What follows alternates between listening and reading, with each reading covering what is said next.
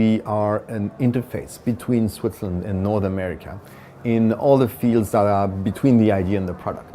The big buzzwords now are typically virtual reality, for sure, and it's the bots replacing the apps, so that the way of using systems.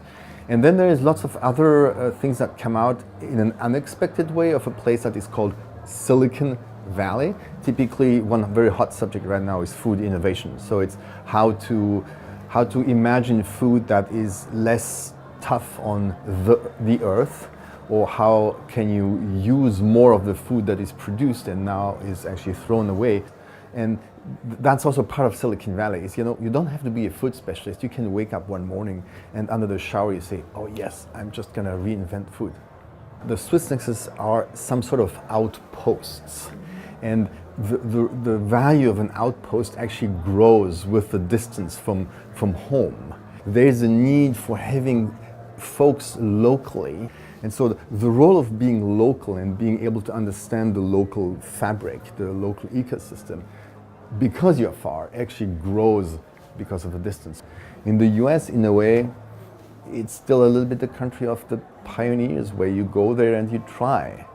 And if you fail, actually many people fall really hard, but they're very good at telling only the good stories. Actually, in America, you don't say, my company failed, you say, I pivot.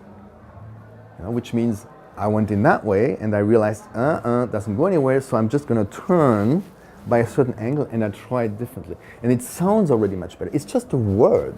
It's one word, And the other thing about failing is you still have to fail by trying to do the right thing. If you just fail because you do really stupid stuff or because you didn't work at all, they don't forgive you more than anybody else. So it's the failing if you learn something, because you learn what you should do the next time. So it has to be a learning experience, then failing is accepted.